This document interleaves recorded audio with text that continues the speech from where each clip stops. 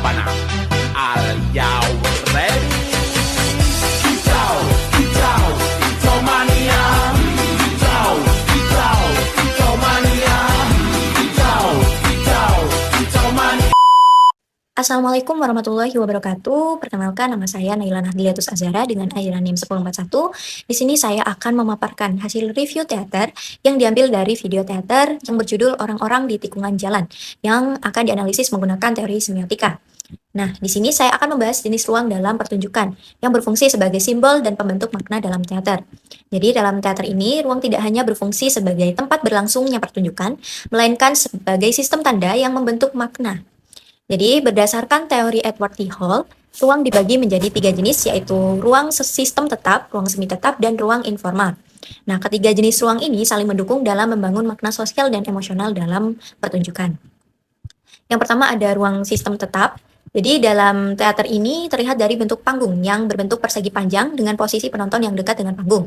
Jadi, panggung dalam teater ini didesain menyerupai trotoar pada malam hari. Namun, jika dikaitkan dengan judul, ruang tersebut tidak hanya dimaknai sebagai trotoar secara fisik, tetapi sebagai simbol tikungan kehidupan, yaitu kondisi ketika tokoh berada dalam situasi yang tidak pasti. Nah, trotoar sendiri adalah ruang antara, bukan rumah, bukan tempat tetap, sehingga mencerminkan kehidupan tokoh-tokohnya yang tidak stabil dan berada di batas-batas kehidupan sosial. Nah, suasana malam hari yang memperkuat makna kesunyian dan sisi gelap kehidupan manusia. Kemudian, kedekatan penonton dengan panggung itu membuat para penonton tidak hanya melihat, tetapi ikut menyaksikan realitas sosial secara langsung. Yang kedua, ada ruang semi tetap yang terlihat melalui berbagai properti seperti lincak, keranjang bambu, gerobak, wedang kacang, gubuk seng, sepeda, ban bekas, dan tumbuhan kering, dan batu-batu. Nah, secara simbolik, properti-properti ini merepresentasikan kondisi sosial ekonomi tokoh, seperti properti gerobak yang menandakan perjuangan hidup kelas bawah yang bergantung pada pekerjaan informal. Kemudian ban bekas dan tumbuhan kering itu memperlihatkan lingkungan yang tidak terawat, sekaligus menjadi simbol kehidupan yang tersisa atau tidak berkembang. Yang paling menonjol nih gubuk seng sebagai gubuk seng yang bertuliskan parkir cinta yang dapat dimaknai sebagai ruang sempit, tempat pelarian yang menunjukkan bahwa hubungan yang terjadi di dalamnya itu bukan hubungan yang permanen, melainkan sementara. Selanjutnya ada lighting. Jadi yang digunakan dari awal hingga akhir itu lightingnya itu didominasi warna biru dan netral. Jadi lighting biru dan netral ini bisa dimaknai sebagai simbol kehidupan yang dingin, sepi, dan realistis. Kemudian tidak adanya perubahan warna lighting dari awal sampai akhir itu memperkuat kesan bahwa tidak ada perkembangan yang signifikan dalam kehidupan mereka.